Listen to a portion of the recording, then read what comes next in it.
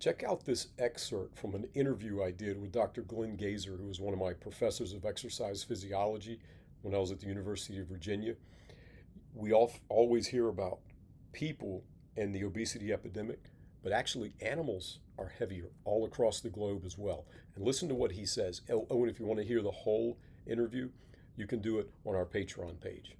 Here it is. Check it out. That's If cool. you look throughout the animal kingdom around the globe, Southern Hemisphere, Northern Hemisphere, Eastern Hemisphere, Western Hemisphere, even wild animals are heavier now than they used to be. Laboratory animals that are basically kept in very, very clean, if not sterile environments, fed meticulously controlled diets, they're heavier.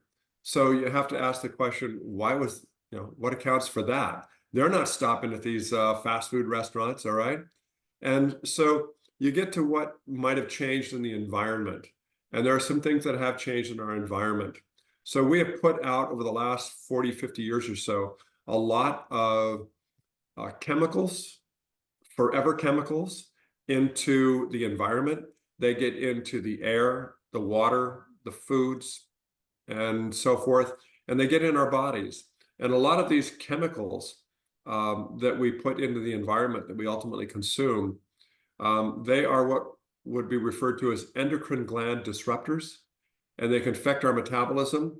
Everyone can be affected by this. There's probably not a person on the planet that doesn't have some of these chemicals in their body.